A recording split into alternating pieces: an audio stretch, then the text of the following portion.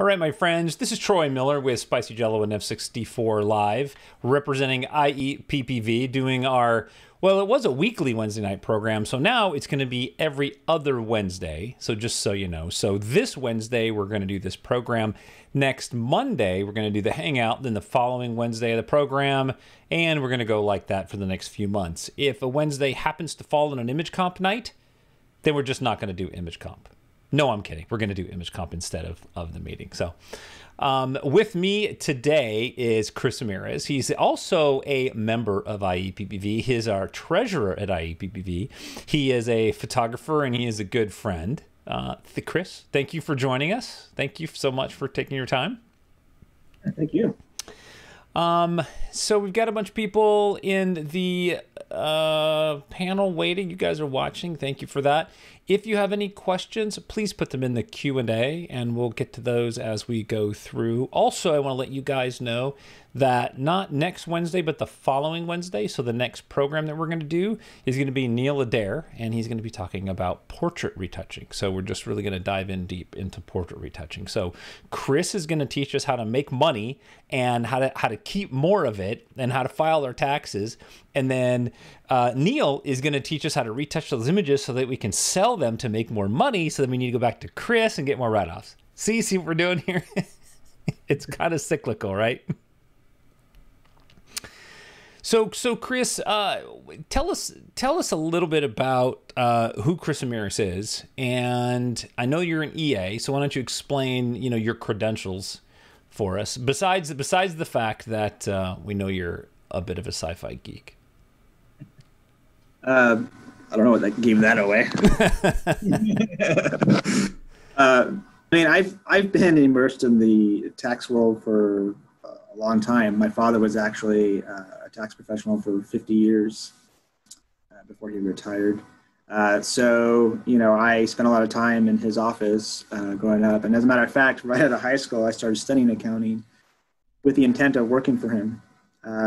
But he had other ideas and he convinced me to go and do other things. So I did other things. I worked in Hollywood. I did marketing work. And then in 2005, I started working as a photographer, photographing babies. I photographed like 880 something babies before I got a lot burnt out. Then I started doing weddings and just kind of doing different genres of photography. I've over the years, I've been kind of transitioning away from it and deeper into taxation. I started off working for my father in 2008 because he became ill. So I started helping him out. I became what's called a registered tax preparer, which basically just allows me to prepare tax returns for pay. So as he got sicker, I took it upon myself to take it to the next level, and I became an enrolled agent by passing the enrolled agent exams. There's 3 of them. One's on individual taxation, one's on business, and then one's on representation. And so I wanted to be able to represent clients that were being audited if they were being audited, or those that had collection issues. That's what separates a registered preparer from an EA. EAs allow for that representation with the IRS and other taxing agencies. So that's kind of the story in a nutshell. Well, I know you had been doing taxes for years, and then you came to IEPPV and you were hanging out, and I got audited, as you know very well, and I kept asking you for advice, and then at one point I'm like, you know what, I need to hire this guy, and he's been doing my taxes ever since, and Chris saved my butt in that endeavor, in that challenge. And so I know that I have a lot of respect for the knowledge that Chris has, and I know that he dives deep into his taxes every year, and his education is really kind of what I mean. He studies a lot, so that's really great. What specifically your classification of EA? How does I know you touched on it briefly. How does that change for you, or how are you different than just say a tax preparer or a tax attorney? So I kind of went over what a RTP is, or a registered preparer, CRTP. So basically, just allows you to prepare tax returns, and then you have there's CPAs, right? CPA is sort of like a general practitioner, where you have you know, financial accounting, managerial accounting. There's so many different elements that a CPA has to learn. And so as an EA, I'm a specialist. So I specialize in tax accounting. Okay.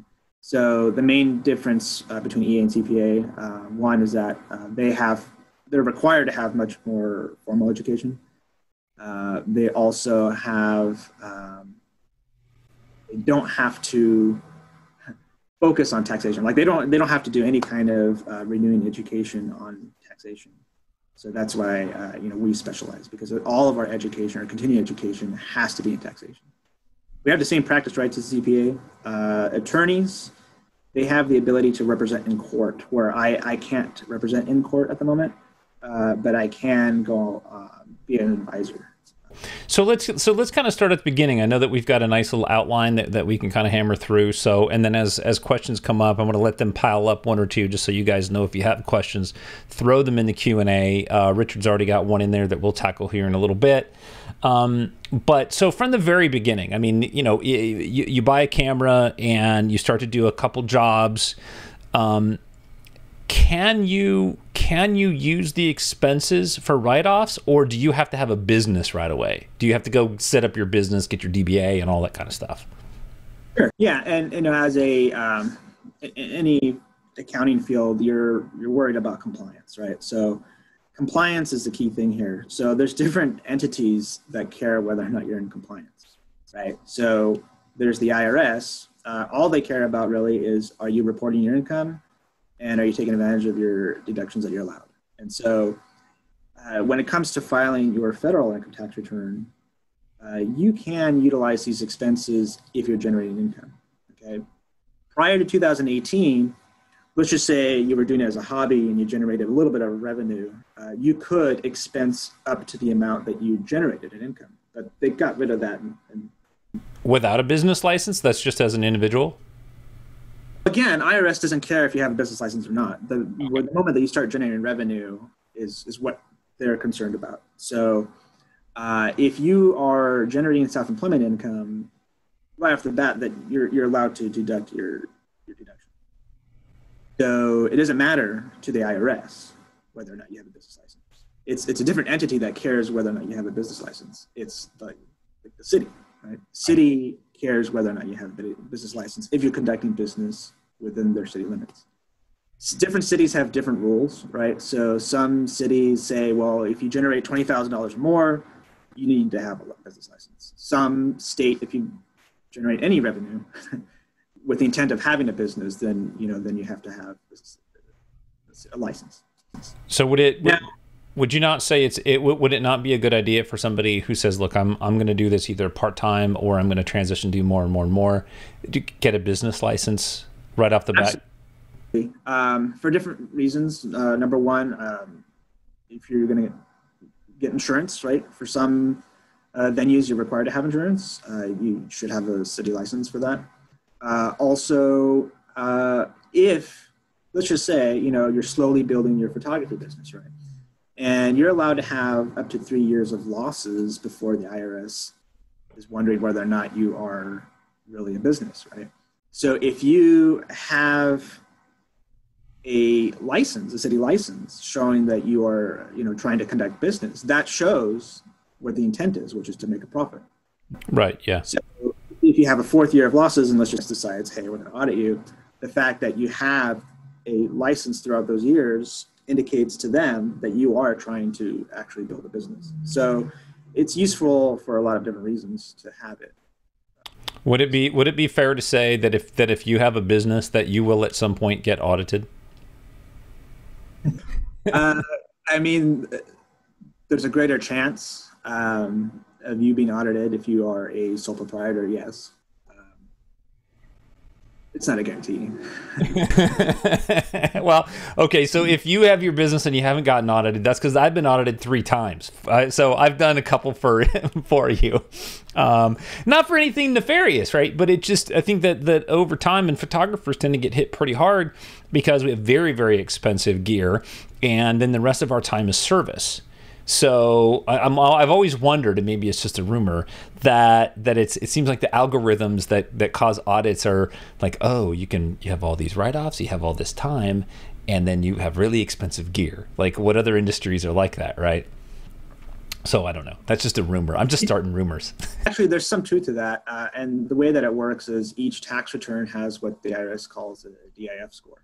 And now the score, we don't really know exactly how they come up with the score or what the score looks like or anything like that. But what we do know is that they do use ratios of expenses to income.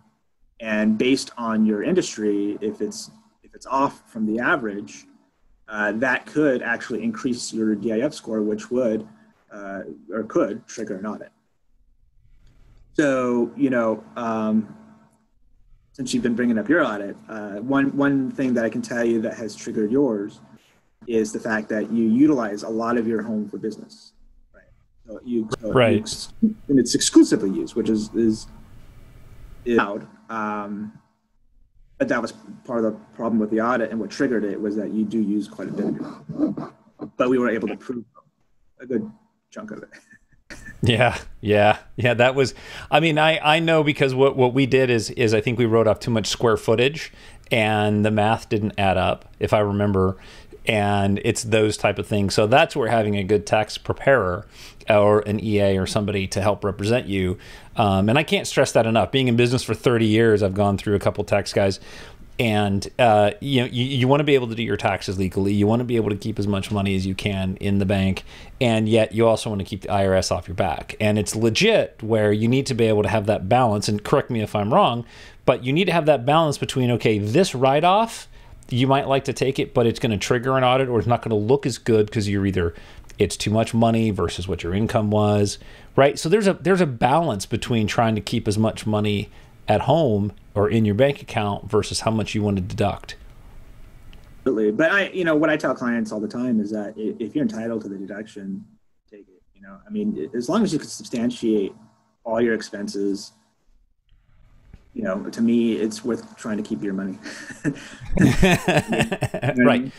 Well, and so before we move on to a completely different topic, what is a deduction or a write-off?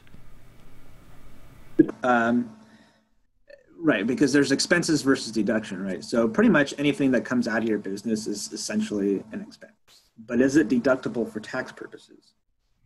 For the most part, most expenses can be deducted. Okay. Now there's some that have limitations, and it has to be ordinary and necessary for your business, right? So, like we were talking about earlier, if I were to buy you a video game, right?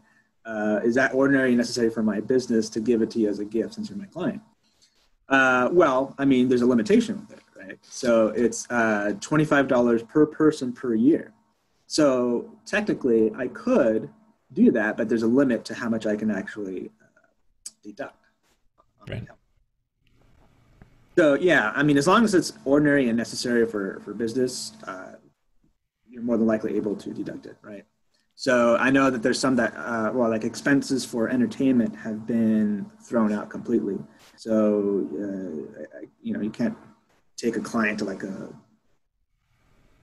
sporting event and then try to write it off anymore. That's gone. Right. Yeah, you got to be a little more creative. Okay, well that makes sense. And the goal of a deduction or a write-off is to lower your taxable net amount, your net amount of income that you are taxed on, correct? Yes. Okay. So if I earn, let's say, $100,000 that year, gross, that's the entire sum of money, and I have, say, $10,000 worth of write-offs, whatever that might be, I'm only taxed on the net, which is what's remaining, right? The $90,000. Right. Okay. Yeah. That would be ideal, but that's a lot of taxes too. So let's hit some of these questions real quick before we move on. So Richard has kind of a big one, so follow me with this. He says, I know this is primarily on federal taxes, but I really want to know about how to deal with Wayfair versus South Dakota relative to this scenario. He says, I shoot in California, say on a fairground, and deliver to a client in another state that now wants me to pay sales tax to the state in which the client resides. I asked the state board and they have never given me an answer. From what I can tell, they both want to dig me.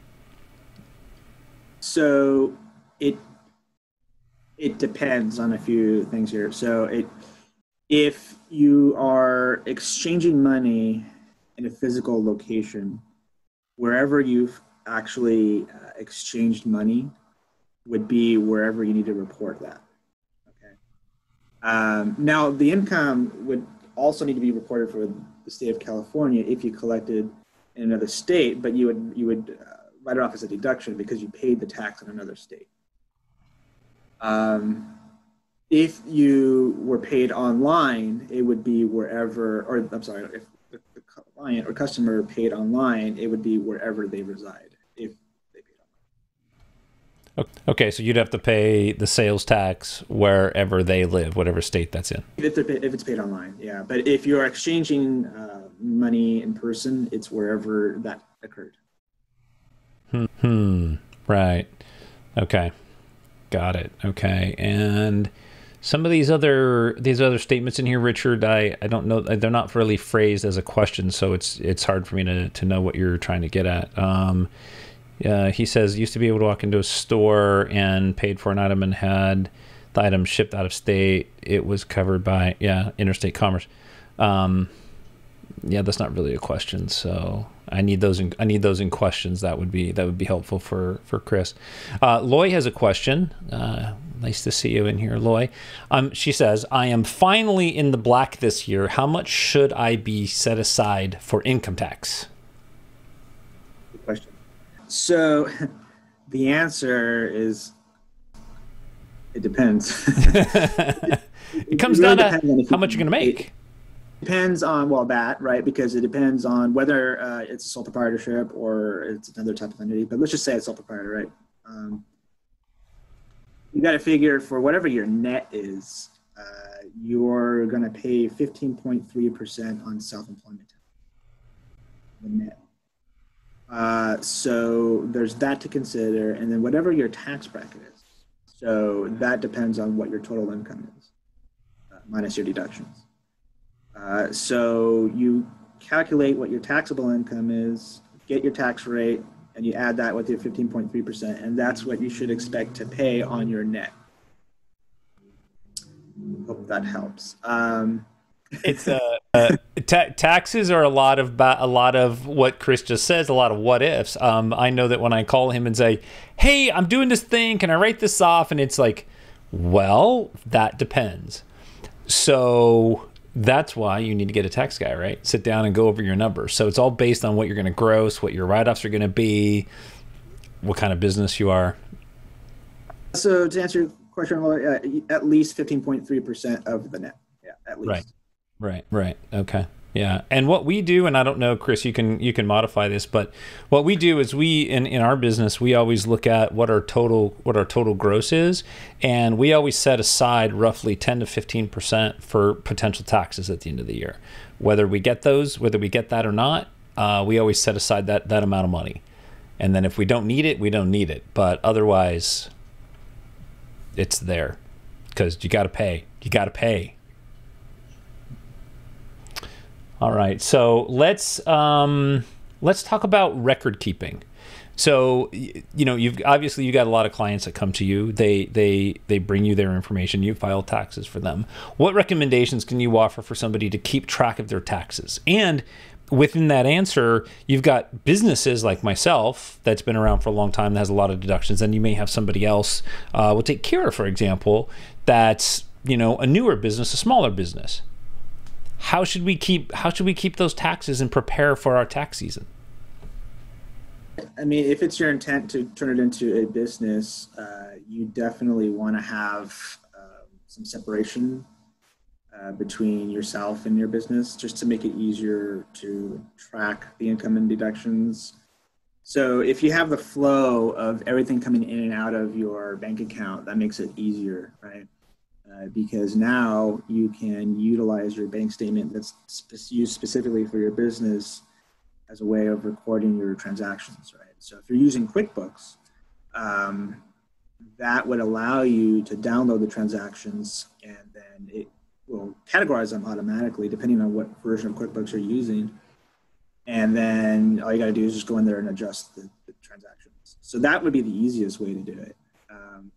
I still have clients that just bring me their receipts and their invoices because a lot of them still deal with a lot of cash that doesn't go in and out of their bank accounts. So the easiest way would really just to have everything go in and out of a bank account and report it through.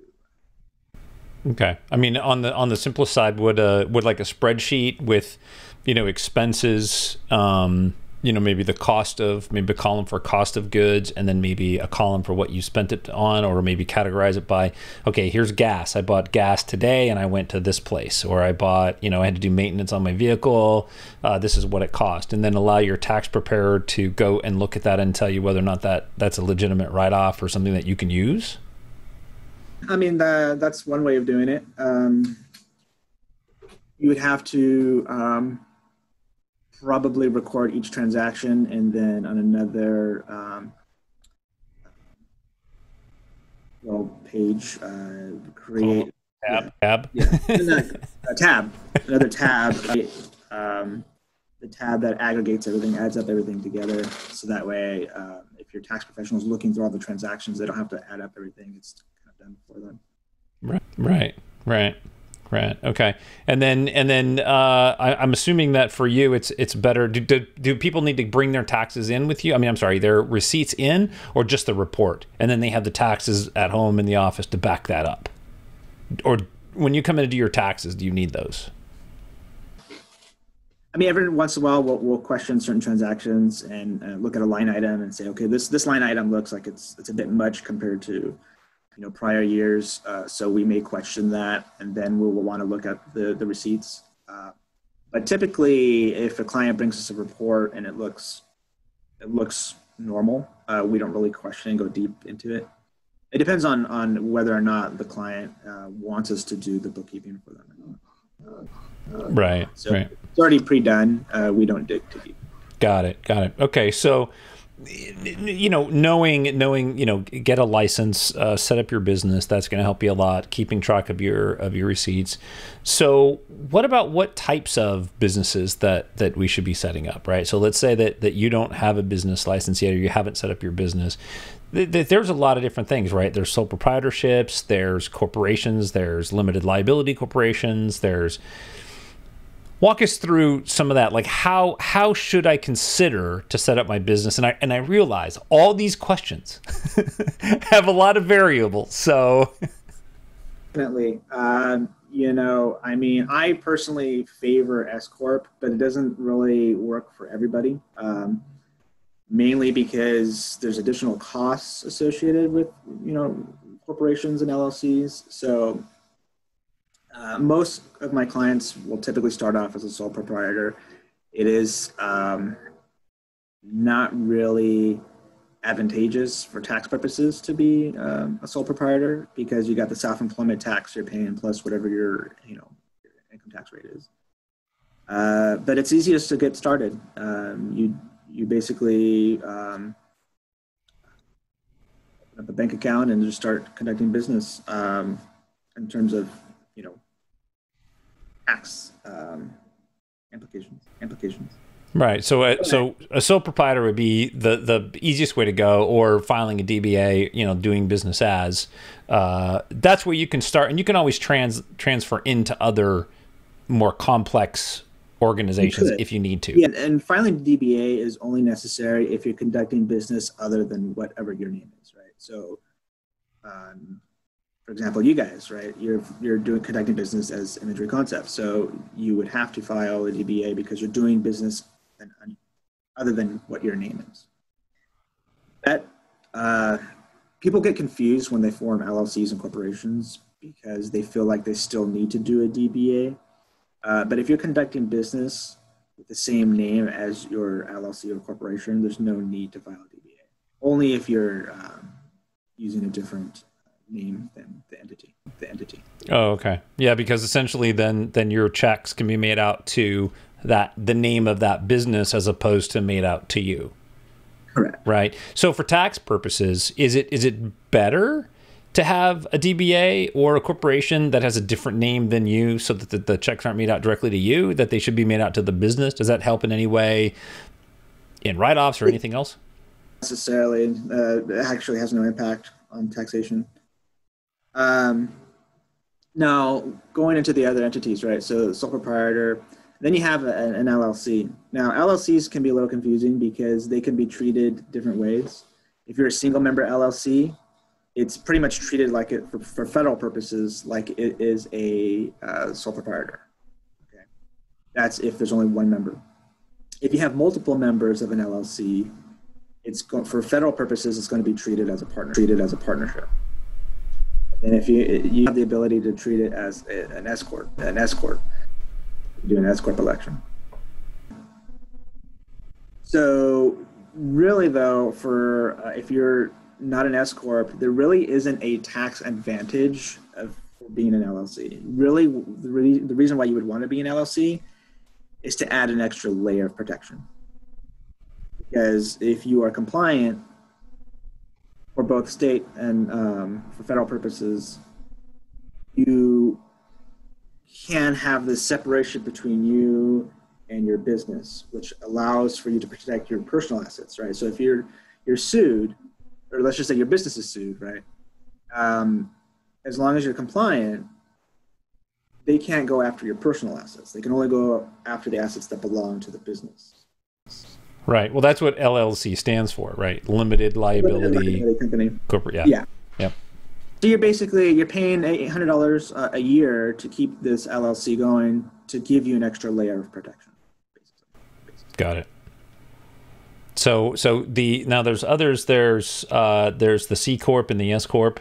Are those just different forms of partnerships within a corporation, or are there protections from, say lawsuits and liabilities and things like that? Would we ever, at our level, want to do an S Corp or a C Corp? I would say probably not. I tell my clients, well, when you form a corporation, it defaults to C Corp, okay?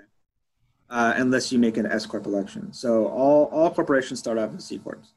Now, there's pros with it, but honestly, I tell my clients, unless you're planning on growing exponentially, to not bother staying as a C Corp. Just because you're taxed twice. Right. Yeah, taxed twice. Yeah. You're taxed with the income tax, and then if dividends are paid out to any shareholders, it's going to be taxed at the shareholder level. So there's double taxation. The pro is that there's a flat rate right now for corporations. It's 21%. So, like Lloyd, we were talking about, the 15.3%, and then let's just say your tax rate for income tax purposes is 22%, right? Let's just say. So you're making, maybe if you're a married couple, you're making like $150,000 or so. And so if you were a C Corp, you would be avoiding the self-employment tax, and you'd have a lower rate than, the 22%. So, you may consider at that point, but to start off, you definitely, I wouldn't suggest it. Now, S Corps, I favor S Corps because the way that S Corps work is they actually flow through to your personal return. So C Corp, it's its own return and it's taxed as its own entity. But as a S Corp, it flows through to your personal return, and you pay the income tax for the corporation on your personal return. Now, the beauty of an S Corp is that there's no self-employment tax. The only self-employment tax you pay is whatever you pay yourself, because it's Social Security and Medicare that you're paying when you pay self-employment tax. So you have to pay yourself like a reasonable salary, right, in order to maintain the S Corp and be compliant. But the beauty is that you avoid a lot of that SC tax. Now, there's additional costs associated with it, and you want to do double entry accounting, which if you're doing QuickBooks, it's basically what you're doing because it does it in the back end. But there's definitely benefits to having an S Corp, and I would say if you feel like you're paying too much in self-employment tax, chances are you're ready to be an S Corp. Right. So if somebody like me, when I set up F64, I could have set it up a couple different ways, and I chose to set up as an LLC because I'm doing events and I'm having a whole bunch of humans there, and I want to have that corporation, be front represented. How does somebody make that decision initially going in? I mean, do they look at their type of business? If you're just a wedding photographer, I mean, do you need to have an LLC? Does that make sense to do that, or is it just at a comfort level that you should choose that? I mean, if somebody were to come in and sit down with you, how would you guide them to choose? I mean, we know that we kind of see what the differences are, but knowing our industry, knowing where we are, like, should I start out as an LLC? I know you said start out as a sole proprietorship, but if I'm going to be at a bunch of weddings with a bunch of people running around drunk and kicking my bag, should I consider that? Well, which exposure is there working as a wedding photographer? I mean, quite a bit. Yeah. Quite a bit. You definitely want to have an LLC or a corporation, right? Because there's two reasons why you would want an S corp. One is for the tax savings. One is also for that extra layer of protection, right? Got it. But if you got these additional costs for being an S corp. So let's just say you're not making quite a bit enough to justify being an S corp, then you would form an LLC, which gives you, that layer of protection. Okay, so we have a question from Nick. Nick says, what defines a reasonable salary for you to maintain your S corp election? Does this vary depending on whether the underlying corporation is an LLC or a C corp? Okay. The IRS offers no guidance as to what is considered reasonable compensation. So what I tell clients is that you should be paying yourself what the average person gets paid doing your job. And that would be a reasonable salary. You might be on the lower end of that average, but I wouldn't go too low, right? Because, if let's just say you've got a company and you're, I don't know, doing a job that normally gets paid $100,000 and you're paying yourself a minimum wage, that's questionable. Yeah, you could. You definitely could. He could what? Can he use Life Touches rates? $17 an hour. Yeah, you could. Now, here's the thing. You might want to change that strategy depending on how much you're generating, right? Because then if you're generating more revenue than you anticipated, you might want to increase it so that way you could put more money like an SEP. So when it comes, the best advice what I hear is how you want to set up your corporation is you need to sit down with somebody and talk that through. But the sole proprietorship would be the first place to start. You don't have to have a DBA unless you're going to do something with a different name other than your own. And when you say your own, so that would be like Troy Miller's soda delivery, or Troy Miller Photography, or something like that with my name in it, right? I don't have to have a DBA for that. Well, if you're just operating it as yourself and you don't have a name for your business. Okay. Well, but what if I add on Troy Miller's cat grooming? Like, is that cat grooming? Is that a business name or? I mean, it is. Because look at the name of my business. It's my name.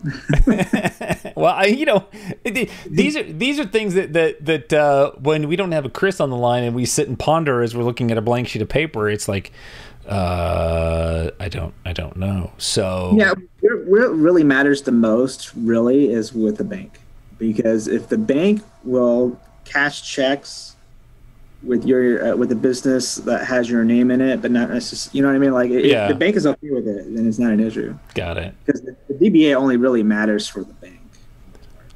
Got it. So we've got our business set up. 99% of us now are working from home. And whether you're working from home or you're working from a studio, you can have write-offs based on some of those things. But talk to us a little bit about how we can leverage the write-offs and our expenses and the investments that we make in our business, whether it's a home business or we have a studio or we have an office, right? You're talking about business use of home specifically? Or? Yeah. Yep. Okay. Yeah, I mean, the thing that you need to be thinking about is what are you using that's exclusively used for business in your home, right? And that was kind of the issue with the audit because you guys had specific areas in your home that were used for business, but they weren't exclusively used. Right. So you just got to make sure that it's all used for that. So if you're storing your equipment in a specific room, or if you're using a room as a studio, or if you have a desk set up, all that can be utilized, that space, for the business use at home. Okay. So even if you're a renter, you could still take this deduction. If you own the home, you can take the deduction, and you would allocate a percentage of your these expenses based on the usage, right? So let's just say you have, I don't know, a 1,500 square foot home, and you're using 100 feet of that exclusively for business. So you divide 100 by 1,500, and that's what you can allocate across all of your expenses that are associated with your home. You can also even depreciate your home. Right. And then what about like cost of electricity and things like that? I mean, is that also, can you also do, okay. So it's all, so basically in the home, it's whatever your percentage is of usage for the business, you can take a deduction for that. Correct. Yeah. Okay. And that can be a really big deal. And that can also be a big incentive for somebody to think about setting up an office in their home and dedicating a room and storage to that, because that's a direct write-off of your income at the end of the year, a direct deduction. And that's kind of a big deal. You're paying that money anyway, so you're benefiting from that. You know, if you didn't have that business, you're still going to have to pay for the electricity, and you're still going to have to pay for that rent or that mortgage. So now that you're running a business, you might as well take advantage of that. So the same thing, what about like a retail space? So let's say that you go rent an office somewhere, and you've got to pay like your office, like the offices that you have for Tax Geeks. Can you write that off 100% of all the expenses that go into that because it's a dedicated office space? Oh yeah. Yeah. All the costs associated with it. What if you fall asleep there on occasion? Then is that considered? Now do you have to like deduct some for like this part of your house now? I mean, I guess it depends on how often you're sleeping. I'm just kidding. I mean, it's like, how often do you sleep here? It's like, no, I never sleep here. I sleep on my couch here at my office quite a bit. You nap. It's napping. We got to get the terminology right. During tax season, it's more than napping. Yeah, you poor guy. I know. And we're kind of in your tax season a little bit right now, right? Because it got extended, so we're lucky to get you. Yeah, well, it's been so odd. Yeah, it's been fluctuating. Nothing like I've ever seen. Yeah. Like anybody's ever seen. Yeah. Okay. Well, all right. So that helps us out with a little bit of deduction. So what would some deductions look like? Just off the top of your head, like what do you see regularly? What are some things that people are deducting that's pretty common? So just to give us a sense of what that is.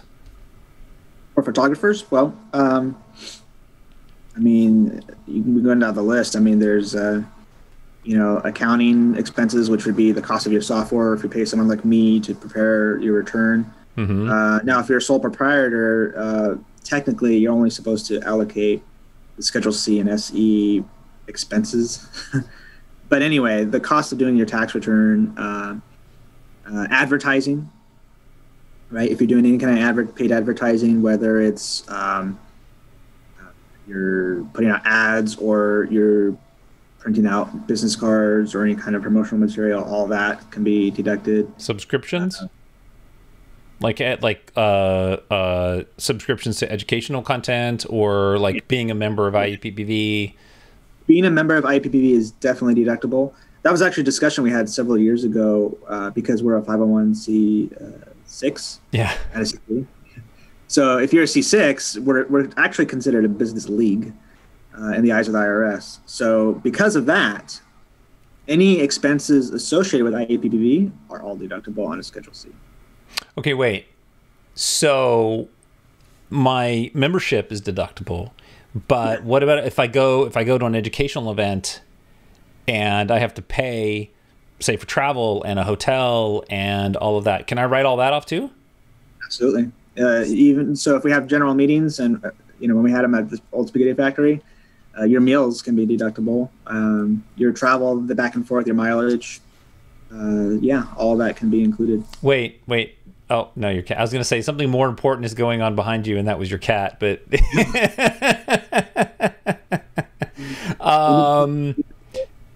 yes, it is. Hang on. Let me ask the questions because nobody knows. Nobody else can see that but you and me. And before I get there, so just to clarify, so say Loy, okay, she's a lifetime member now. And she's one of two lifetime members, her and Peter Levchin. So that particular cost for her is a write-off. And then all the events that she goes to, if she goes to our Mount Shasta event, or she goes to storm chasing, or she goes to any kind of workshop, any cost that she incurs there, including meals, can she write that off? Absolutely. Okay. That's good. Because it's improving her craft. And so by doing that, it's ordinary necessary for you to get better at what you're doing, or to learn a new skill, or to, right. Definitely. Right. Now, to Kip's question, Kip asks, what about image competition? The costs of either preparing an image and or the submission costs. I'll add that to his question. Yes, it is definitely deductible if it's for your business. Yes. Okay, so it's considered a business expense or an educational expense, right? Is that so? If I was going to classify that in my little spreadsheet, that would be an educational expense, image competition, going to workshops and things. Correct. Yeah.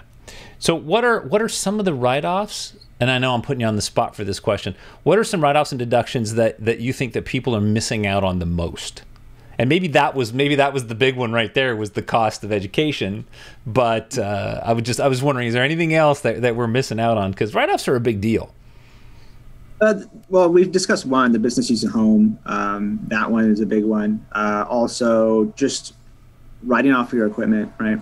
So when you start using your equipment for business, let's just say you had equipment, you started your business, but you bought your equipment maybe 1-2 years ago, right? You can actually still depreciate it, right? You have to figure out what your fair market value is at the time that you start using it for your business, mm-hmm.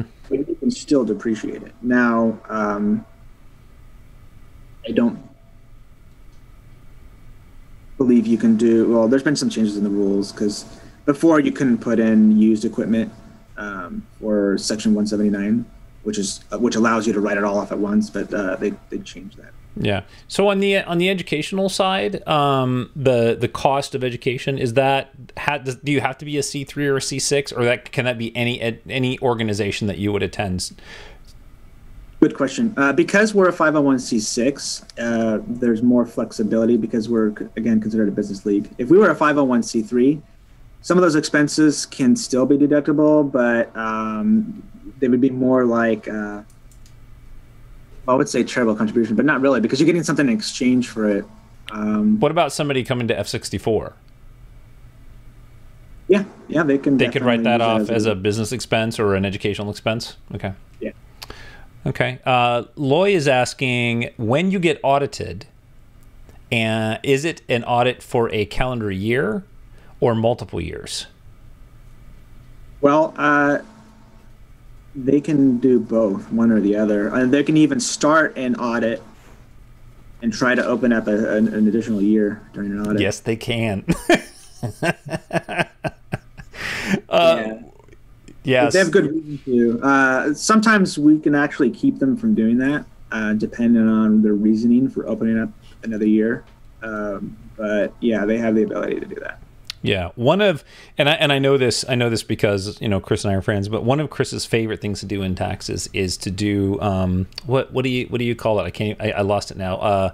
Where you represent somebody in audits and things. What is that? Tax resolution. Tax resolution. Yes. that's one of your favorite things to do, is to help somebody go through an audit, or, you know, maybe you forgot to pay your taxes for several years, and you know, you left the country and you come back, and, you know, those kind of challenges, right? Like, because the deep game of figuring out how to solve those problems. I know you like to do those.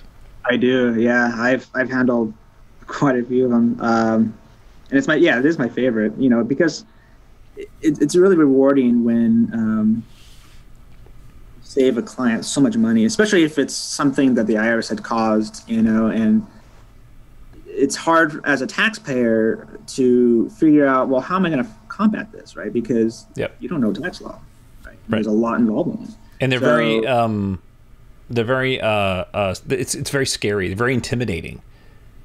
Yeah, I've come across auditors that try to leverage ignorance of the law, right? Mm-hmm. So that's where someone like me, when we come in and we keep them from doing that. Not every auditor will do that, but a lot do.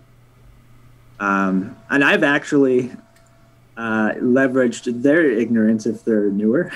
Yeah. I had, just real quick, I had a sales tax audit where the client was charged $280,000 for sales tax. It was a new auditor. And the taxpayer had passed away, so now they were trying to hold his spouse responsible for the 280. So knowing that I could not sign documents because I only had a power of attorney for her, but not for the original taxpayer. Anyway, I kept pushing back the audit, and they had me sign a waiver to push back the audit to allow them to push the statute of limitations. But anyway, I didn't have the authority to do that, and I knew that, and I kept telling him that I would sign it. So I signed it, and then 2 years later, we're finishing up this audit. He can only charge them $80,000 because the rest of the statute had run out. So I saved $2,000. Oh, man. Okay, you're crazy. All right, so a couple questions to follow up with, kind of where we're at. So, one, how long should we be saving our receipts? How far back do we need to save them? Because what if you get audited? How far back can they go? Yeah, the statute is 3 years. But I usually tell clients, if you have losses, keep it for up to 7 years. Because some types of losses allow the IRS to go back up to 7 years.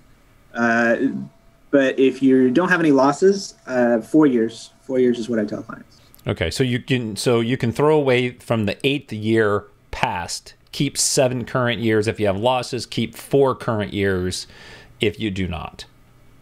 Right. Got it. So probably the first 3 years of your business where you're showing an intent to make profit, you know, and you're buying equipment and you're expanding, whatever, there's generally losses there. So you got to just keep them for 7 years, right? Like, file boxes are cheap. Find some storage.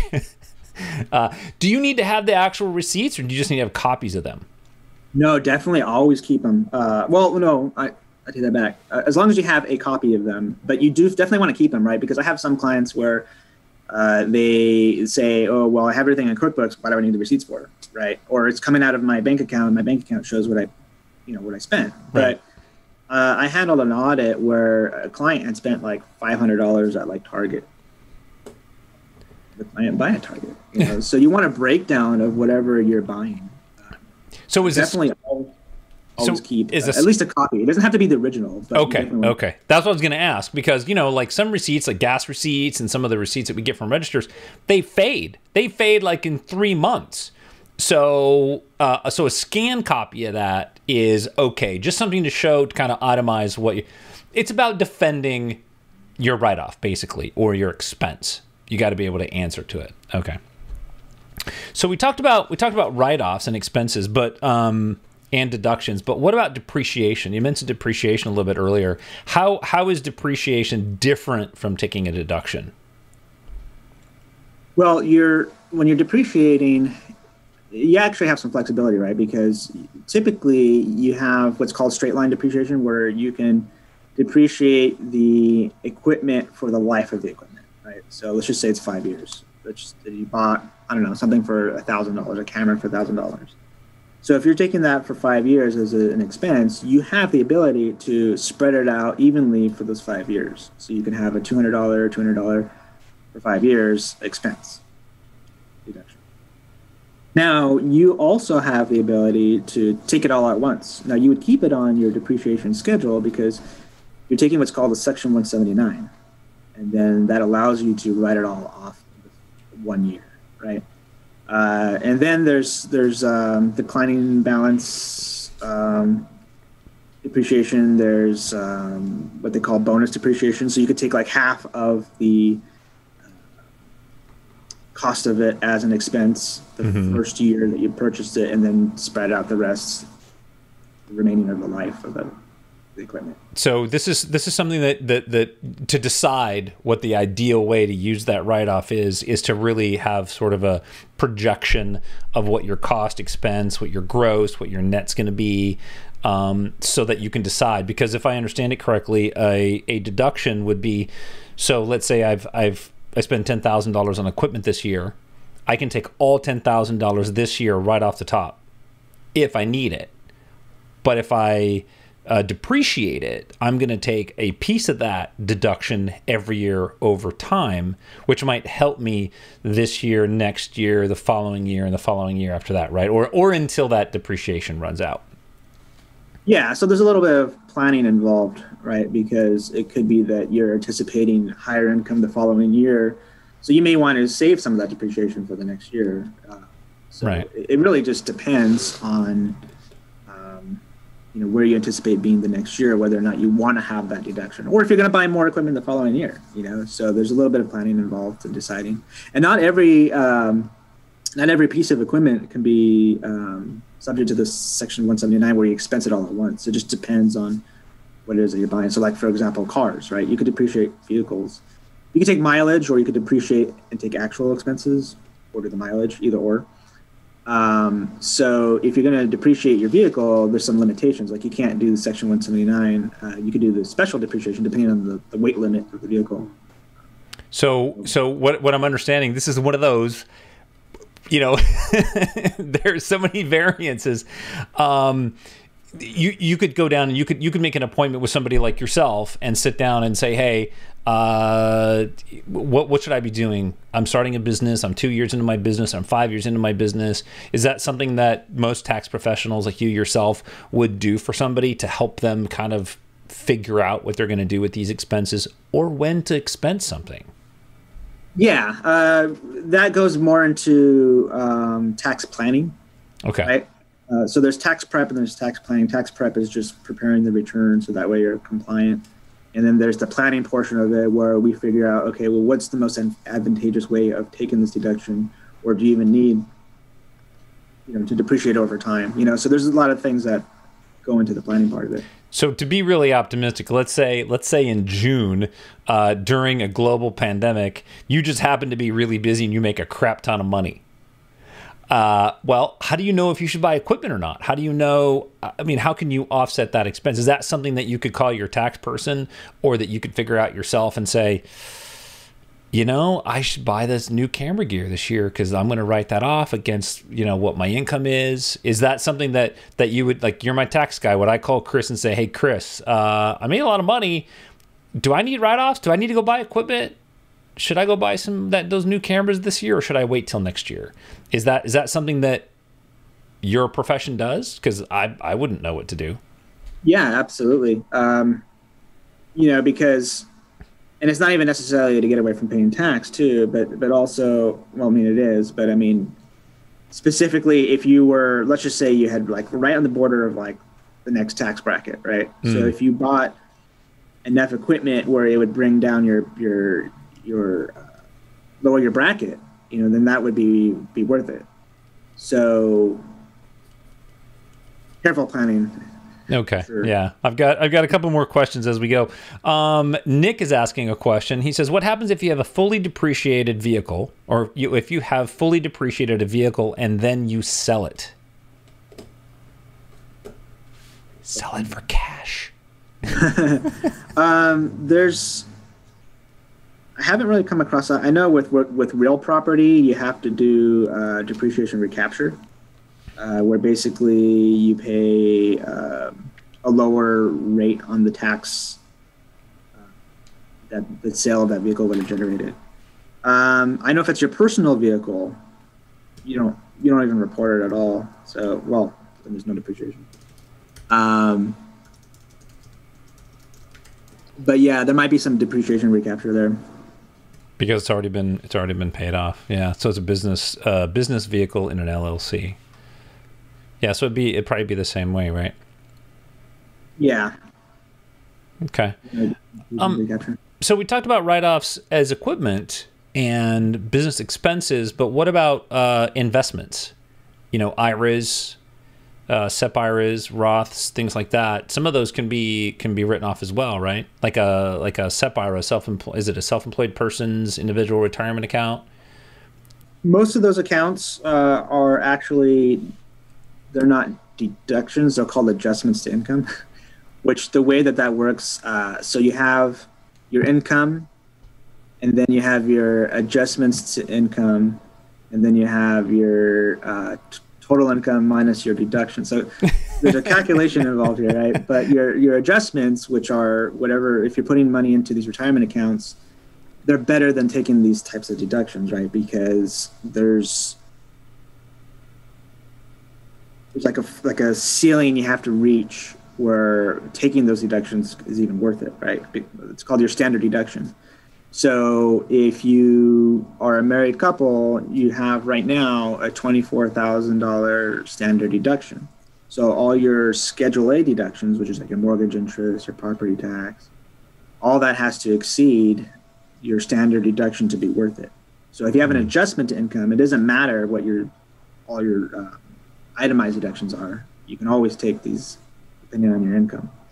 Right. Okay. Another depending on. Yeah. So yeah, and the thing is that as you can stack these, right? So you have the ability to do what's called a solo 401k. So you could put up to 18,500. Well, no, it's 18,500 into the solo 401k, and you can stack it with a traditional IRA or a SEP. Right. There's limitations for these, right? Now, if you do a traditional, can't also so if you put in $6,000 into a traditional IRA, right? Then you have a SEP IRA. You can have both, but the limit carries over. So you already put down $6,000 into one account. So whatever the limit is for the SEP, it's like you've already put $6,000 into it because they have the same limit. Right. And then the solo 401k has its own limit, which right now is $18,000. You have the ability to put that much money away to lower your taxable income. So again, it's one of those things that you need to look at what you think what your total net and gross is going to be, and investments can help adjust your taxable net income, right? I mean, those investments that you make into retirement accounts could be used to help offset what your taxes might be. So we just don't want to forget to look at those investment options as well. Because for somebody like me being self-employed, I want to make sure that I'm doing the smartest thing I can with my money. And like Kira, many of you know Kira, she's first year heavy into her business. And as she starts to make money, it's like, what can I do with that money to be smart? One of the things is reinvesting in your business, as we talked about. But investments, retirement accounts, and things like that should also not be ignored, correct? Yeah, and we take them as deductions or adjustments to income, but the thing to remember is that they're deferred; they're not tax-free, right? So, at some point when that money's pulled out, it'll be taxed. So the hope is that when you retire, that you're at a lower tax rate than you were when you actually right. And that gets complicated too, because if you have and I've been doing some research, if you have an investment, you have a long-term investment, depending on where your income level is, you don't have to pay income tax, but you have to pay capital gains based on how the long-term investment that you've held.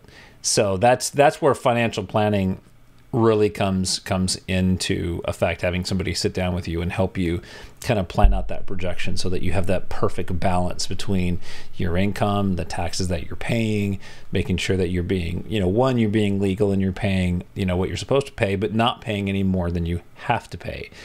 It's really easy to not take deductions that you should be taking, and then there goes that new camera, right? Like you didn't have to pay that much. So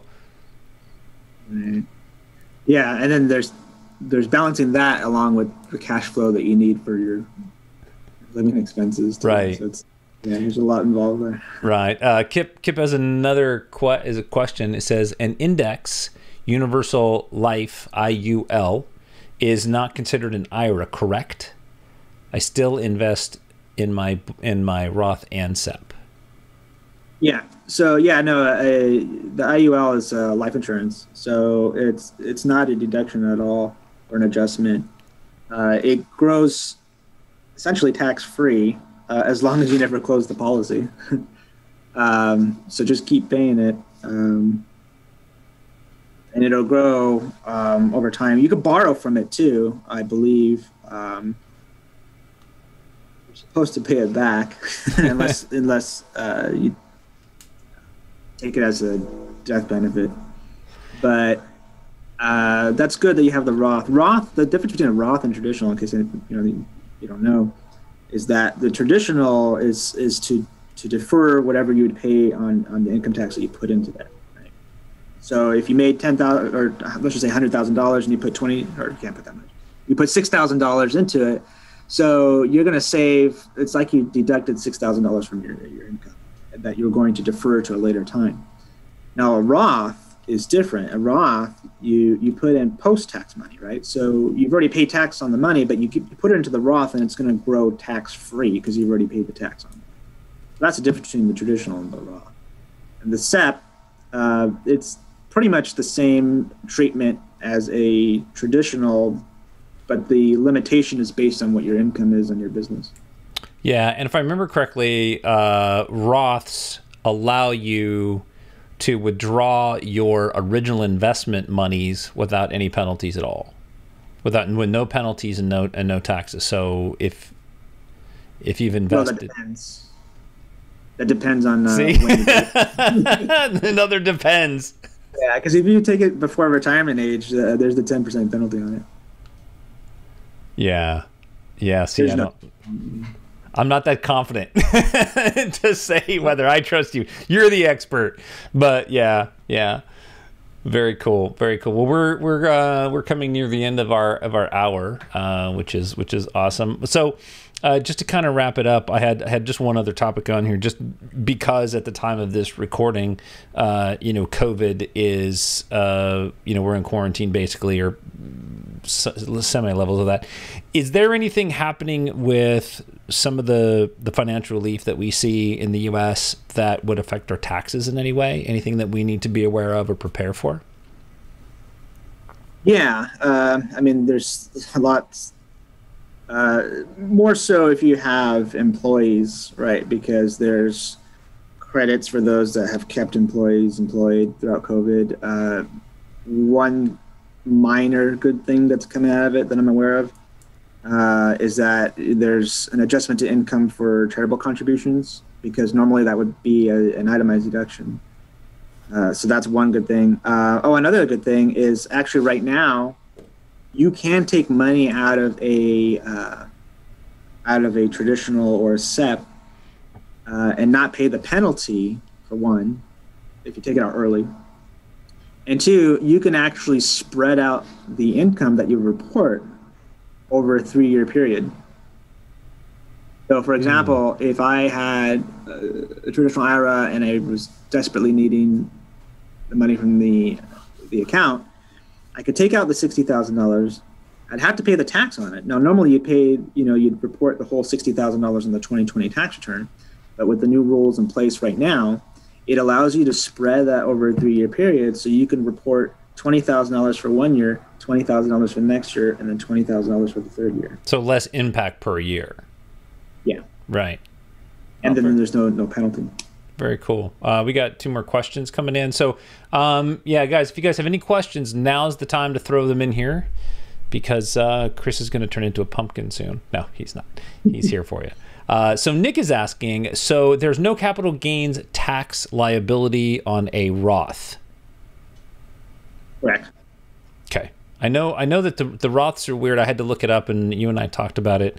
You have to pay you pay income tax on the profit you made, right?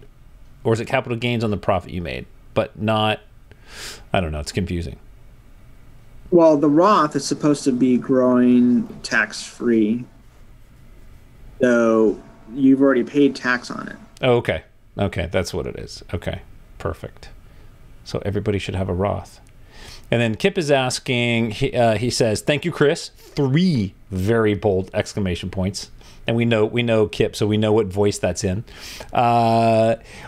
Will we have to pay tax on our unemployment? Yes. Nice. As of right now. Such a simple answer. Here, we're going to help you financially, and you got to pay tax on it. Just give me a little bit less and no tax. Okay, but then what business would you do, right? Like, we need to give you business. Yeah, definitely tax on the unemployment as of right now. I haven't heard anything. That's no exceptions that I'm aware of at the moment for COVID. But generally, you always pay income tax on unemployment. Right. So Nick is asking, will the $1,200 government handout be considered general income and therefore be taxed? The left hand giveth and the right hand taketh away. No. It's actually going to be considered a credit. So if you didn't receive your $1,200, you can claim it as a credit on your tax return. There are lots of people that received the stimulus that weren't supposed to. And as of right now, there's no mechanism in place to retrieve that from them. So, yeah. Good to know. You know, there was quite a few things I wanted to talk about with sales tax, but we didn't get to it. We can talk about it? Yeah, hit it. Let's do it. Yeah, I did want to mention, because Bruce made a comment earlier. He commented on the taxability of something that is completely provided digitally. Yeah, purely electronic. Yeah. So, yes, if as a photographer, everything that we create that's tangible is going to be taxable. So let's just say you sell one print to a client, right? But you charged them, I don't know, $2,000 to photograph their wedding. Right? The moment that you sell that one print, because you're providing them something tangible, everything that you had charged that client is going to be subject to sales tax. Yep. Because you're even though they're paying you for that service to photograph the wedding, it's all that is used to create that one image. And so, as the rules state, everything would be subject to sales tax. Now, I did have a really interesting conversation with Raphael. He had asked me, well, I a while back ago photographed a wedding, and I only allowed the client to download all the images online. So none of it was subject to sales tax. But I think it was like 2 or 3 years later, they came back and wanted to buy a book. So I think in that situation, one, the statute of limitations on audits has run out for the year that he initially charged. So that's one thing. 2, I think because it's a whole different tax year, it's probably easier to justify not charging sales tax for what he already reported on. So I advised him to only charge sales tax on that print. But that's only because there's a gap of time. But if it's the same year, you definitely want to make sure that you're charging enough to cover tax on all of it. Right. Yeah, I mean, we go back and forth, and we decided many years ago that it's best just to charge sales tax on everything, and then you pay into that sales tax, and then we're free and clear. So, you know, after 30 years being audited 3 times, you know, we've never had any major issues.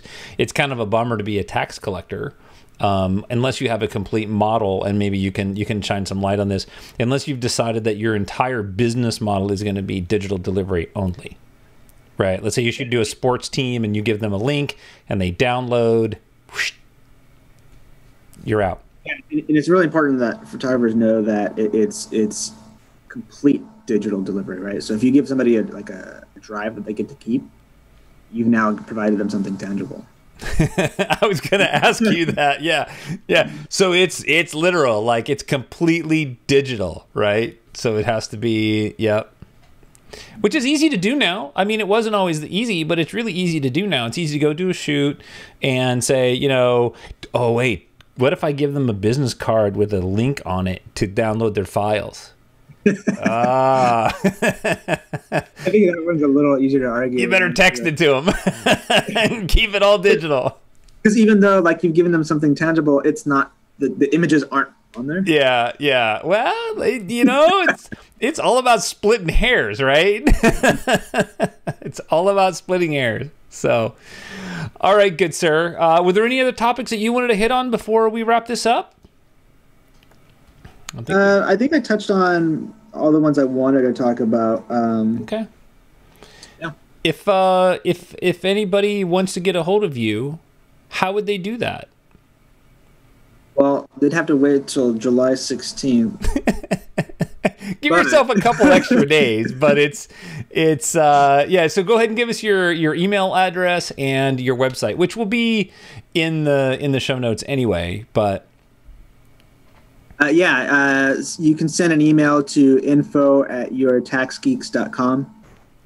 And that's the website is yourtaxgeeks.com. Fantastic. Well, I hear a round of applause coming from the panelists, from the attendees, from the audience. Thank you for taking time out. I know that your tax season isn't over yet, so I know that you're still pretty busy.